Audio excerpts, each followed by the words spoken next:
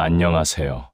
오늘 우리는 2026년 3월 미국과 이스라엘이 이란을 공격한 충격적인 사건의 배경과 전개, 그리고 그 깊은 역사적 맥락에 대해 자세히 살펴보겠습니다. 동영상을 시청하시기 구독과 좋아요는 영상을 제작하는데 큰 도움이 됩니다.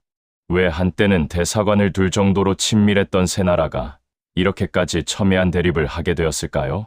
이야기의 시작은 1979년 이란 이슬람 혁명 이전으로 거슬러 올라갑니다. 1979년 이슬람 혁명 이전, 팔레비 왕조 시절의 이란은 서방 국가들, 특히 미국과 이스라엘과 매우 우호적인 관계를 유지했습니다. 당시 이란은 미국으로부터 1970년대 최신의 전투기인 F-14 톰캣을 도입할 정도로 긴밀한 군사 협력 관계를 맺고 있었습니다. 이 F-톰캣은 당시 세계에서 가장 진보된 제공 전투기 중 하나로 이란 공군의 현대화와 중동 지역에서의 전략적 우위를 상징하는 요소였습니다. 미국과 이란, 그리고 이스라엘은 서로 대사관을 두고 활발하게 교류하며 중동 지역의 안정과 발전을 위해 협력했습니다. 이 시기에는 현재의 갈등과는 상상하기 어려울 정도로 평화로운 공존의 시대였으며 이란은 서방의 중요한 동맹국으로서 지역 안보의 핵심 축을 담당했습니다. 경제적으로도 서방과의 교류가 활발하여 이란의 국부가 축적되고 근대화가 빠르게 진행되던 시기였습니다. 당시 이란의 국영 석유 산업은 막대한 수입을 창출했으며 팔레비 왕조는 이 자원을 바탕으로 사회 기반 시설을 확충하고 교육 및 의료 시스템을 발전시키려 노력했습니다. 문화적으로도 서방의 영향을 많이 받아 비교적 개방적인 사회 분위기였습니다. 젊은이들은 서구 문화를 자유롭게 향유했고 여성들의 사회 활동도 활발하게 이루어졌습니다. 이러한 모습은 1979년 이후의 이란과는 극명한 대비를 이룹니다. 하지만 1979년 아야톨라 호메이니가 이끄는 이슬람 혁명이 일어나면서 모든 것이 뒤바뀌었습니다. 팔레비 왕조가 무너지고 이슬람 공화국이 수립되면서 이란의 외교 정책은 서방 중심에서 반서방, 특히 대사탄으로 불리는 미국과 작은 사탄으로 지칭되는 이스라엘에 대한 강력한 반대 노선으로 급격히 선회했습니다. 시아파 이슬람의 종주국을 자처하게 된 이란은 수니파의 종주국인 사우디아라비아와도 첨예한 대립각을 세우며 중동 지역의 종파 갈등을 더욱 심화시키는 주요 요인이 됩니다. 아시다시피 이슬람 내에서는 시아파가 전체의 약 10에서 15%, 수니파가 약 85에서 90%를 차지하며 이란의 정권 교체는 이 거대한 종파 간의 균형뿐만 아니라 중동 전체의 지정학적 지형에 심대한 영향을 미쳤습니다. 이슬람 혁명 이후 이란은 이슬람주의를 국가 통치 이념으로 삼고 혁명 수출을 천명하며 주변국들의 불안감을 증폭시켰습니다. 특히 레바논의 헤즈볼라, 팔레스타인의 하마스 등 이슬람 무장 단체를 지원하며 저항의 축을 형성했고 이는 이스라엘에게 직접적인 안보 위협으로 다가왔습니다. 이러한 변화는 수십 년간 지속된 중동의 복잡한 정치적, 종교적 갈등의 중요한 전환점이 되었고 현재의 상황에 이르게 된 결정적인 계기가 됩니다. 이러한 급진적인 변화 속에서 이스라엘은 이란의 핵 개발 움직임을 가장 큰 위협으로 간주했습니다. 이스라엘은 이란의 핵무장이 자국의 생존을 위협하는 레드라인이라고 여러 차례 천명하며 수차례에 걸쳐 이란이 핵무기를 개발하고 있다는 이유로 이란의 핵시설을 선제 공격하여 완파시켰습니다. 이러한 공격은 단순히 시설 파괴를 넘어 이란의 핵 야망을 저지하려는 이스라엘의 확고한 의지를 보여주는 것이었습니다. 이스라엘에게 이란의 핵무장은 단순한 안보 위협을 넘어 홀로코스트의 역사적 경험과 맞물려 국가의 존립 자체를 흔들 수 있는 실존적 위협으로 받아들여졌습니다. 이스라엘은 선제 타격이라는 전략적 선택을 통해 두 번 다시 홀로코스트는 없다는 강력한 메시지를 국제사회에 각인시켜야 했습니다. 이러한 이스라엘의 행동은 국제법적 논란을 불러일으키기도 했지만 자국 안보를 최우선으로 하는 이스라엘의 안보 독트린을 명확히 보여주는 사례였습니다. 특히 이스라엘은 이란이 핵무기를 개발할 경우 이란이 지원하는 여러 대리 세력들을 통해 핵무기가 확산되거나 사용될 가능성을 우려했습니다. 이러한 우려는 이스라엘 정보기관의 철저한 감시와 분석을 통해 끊임없이 제기되었으며 결국 선제 타격이라는 강경한 대응을 이끌어냈습니다. 2025년에도 이스라엘은 이란 내 핵 관련 시설과 미사일 기지 등을 대상으로 정밀 타격을 감행하며 이란의 군사력 증강을 견제하려는 노력을 멈추지 않았습니다. 그렇다면 이번 2026년 전쟁은 어떻게 시작되었을까요? 전쟁의 배경에는 이란의 정권 교체와 핵 개발, 저지를 목표로 한 서방의 선제 타격과 이에 대한 이란 미 대리 세력의 강력한 보복이 복합적으로 작용했습니다.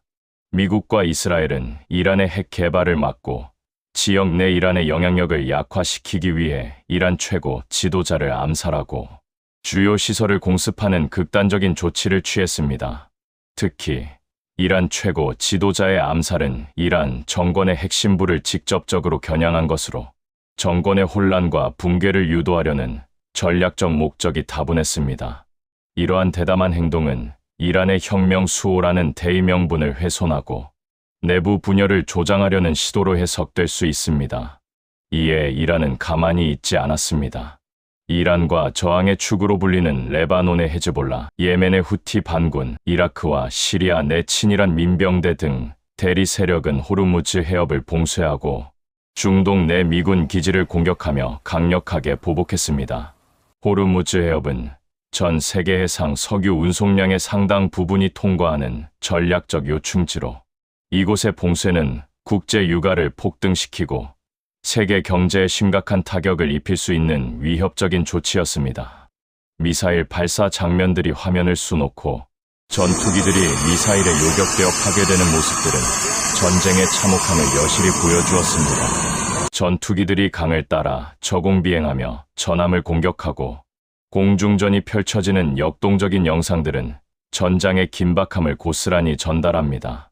미사일들이 목표물을 향해 날아가는 모습, 그리고 그로 인해 불타는 건물들과 하늘로 치솟는 검은 연기는 전쟁의 비극적인 현실을 생생하게 보여주었습니다. 이러한 보복 공격은 이란이 단지 당하고만 있지 않을 것이며 자신들의 안보와 위신을 지키기 위해 모든 수단을 동원할 것임을 국제사회에 천명하는 행위였습니다. 이 전쟁은 2026년 2월 28일 이스라엘과 미국의 이란에 대한 합동 공습으로 시작되었습니다. 이들은 이란의 미사일 프로그램을 파괴하고 정권 교체를 이끌어내는 것을 목표로 했습니다. 이란의 미사일 프로그램은 핵 개발과 함께 이스라엘과 서방 국가들에게 가장 큰 위협으로 인식되어 왔습니다. 이란이 개발한 샤하브 계열의 탄도 미사일들은 이스라엘뿐만 아니라 사우디아라비아 등 걸프만 국가들, 심지어 유럽 일부 지역까지 사정권에 두는 것으로 알려져 있습니다. 따라서 이 미사일 프로그램의 파괴는 이란의 군사적 역량을 약화시키고 지역 내 위협을 감소시키는 데 필수적인 목표였습니다. 이 공습은 2026년 1월 이란 보안군이 혁명 이후 최대 규모의 시위 도중 수천 명의 시위대를 잔인하게 진압했던 사건 이후에 이루어졌습니다. 이란 정권의 잔혹한 시위 진압은 국제사회의 큰 비난을 불러일으켰고 미국의 강경 대응의 명분을 제공했습니다. 그리고 2월, 미국은 2003년 이라크 침공 이후 중동 내 최대 규모의 군사력 증강을 단행했습니다. 항공모함 전단과 수백 대의 전투기, 폭격기들이 이란 인근 해역과 기지로 집결하며 일촉즉발의 긴장감을 조성했습니다. 이라크 전쟁 이후 최대 규모의 병력 증강은 미국이 이번 사태를 얼마나 심각하게 보고 있는지를 여실히 보여주는 대목입니다. 전쟁은 테헤란, 이스파한, 곰 등 이란의 주요 도시에 대한 이스라엘과 미국의 합동 공습으로 시작되었습니다. 이 공습으로 알리 하메네이를 비롯한 이란 고위 관리들이 사망하는 충격적인 사건도 발생했습니다. 이란의 수도 테헤란은 정치, 경제, 문화의 중심지이며 이스파한은 이란의 핵시설이 위치한 전략적 요충지, 곰은 시아파 성지로 종교적, 정치적 의미가 큰 도시입니다. 이처럼 이란의 핵심 도시들을 동시에 타격한 것은 이란 정권에 대한 치명적인 타격을 목표로 했음을 분명히 보여줍니다. 항공모함 400여 대의 전투기와 전폭기를 동원한 무자비한 공격은 이란의 방어 체계를 무력화시키고 주요 인프라를 파괴하는 데 집중되었습니다. 일주일째 3,000곳에 이르는 표적에 대한 맹렬한 공습은 이란 전역을 전장으로 만들었고 수많은 인명피해와 재산 피해를 야기했습니다. 2025년에도 이스라엘은 이미 이란을 폭격하고 있었으며 이는 이번 전쟁이 갑작스러운 것이 아니라 오랜 기간 동안 쌓여온 갈등의 결과물임을 시사합니다. 미국의 입장은 명확했습니다. 미국은 이란의 이협적인 활동이 미국과 동맹국들을 위험에 빠뜨렸다고 주장하며 이란의 핵무기 잠재적 위협을 강력하게 경고했습니다. 당시 트럼프 대통령은 이란과의 전쟁을 시작한 이유로 여러 가지를 제시했습니다. 첫째, 이란의 위협 저지였습니다. 이란이 중동 전역에서 벌이는 불안정화 활동, 즉 대리 세력을 통한 간접적인 공격과 미사일 개발 등이 미국과 동맹국들의 안보를 위협한다는 주장이었습니다. 둘째, 이란의 보복으로부터 이스라엘 보호였습니다. 이스라엘은 이란의 핵무장을 실존적 위협으로 보고 있었고 미국은 이스라엘의 안보를 최우선 가치로 여기는 정책을 유지하고 있습니다. 셋째, 이란의 미사일 및 군사 역량 파괴였습니다. 이란의 탄도 미사일 프로그램과 재래식 군사력 증강은 영내 군사 균형을 깨뜨리고 미국과 이스라엘의 군사적 우위를 약화시킬 수 있다는 우려가 제기되었습니다.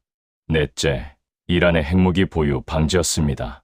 이는 미국의 오랜 대이란 정책의 핵심 목표 중 하나였으며 외교적 수단으로 해결되지 않을 경우 군사적 행동도 불사하겠다는 의지를 보여준 것입니다.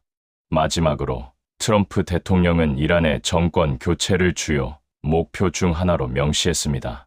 이는 이란의 이슬람 정권이 근본적인 문제의 원인이라고 보고 정권 교체를 통해 중동 지역의 안정을 도모하겠다는 장기적인 전략을 드러낸 것입니다.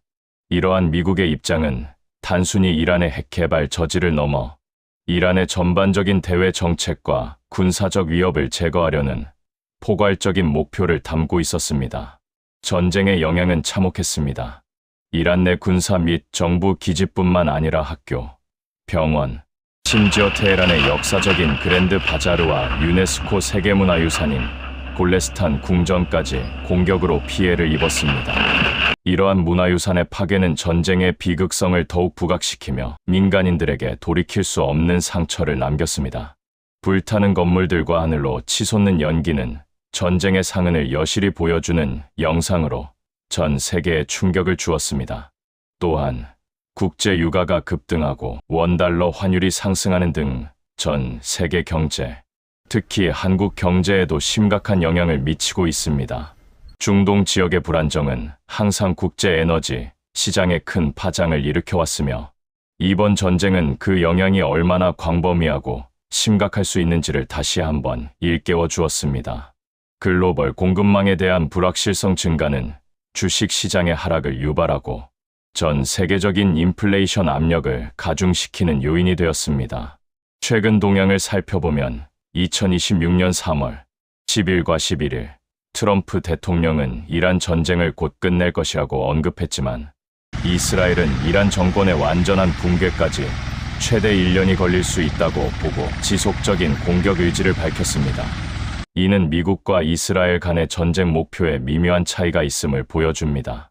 미국은 빠른 전쟁 종결과 새로운 이란 정부와의 협력을 모색하는 반면 이스라엘은 이란의 위협을 근본적으로 제거하기 위한 철저한 정권 교체를 목표로 하고 있는 것입니다. 실제로 미국은 이스라엘에 이란 에너지 시설 타격을 중단할 것을 요청했습니다.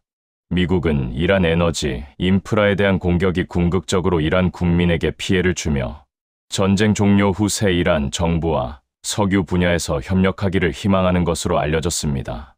이는 미국의 장기적인 중동 정책, 즉 이란을 다시 국제사회로 편입시키고 안정적인 에너지 공급망을 확보하려는 의도가 반영된 것으로 보입니다.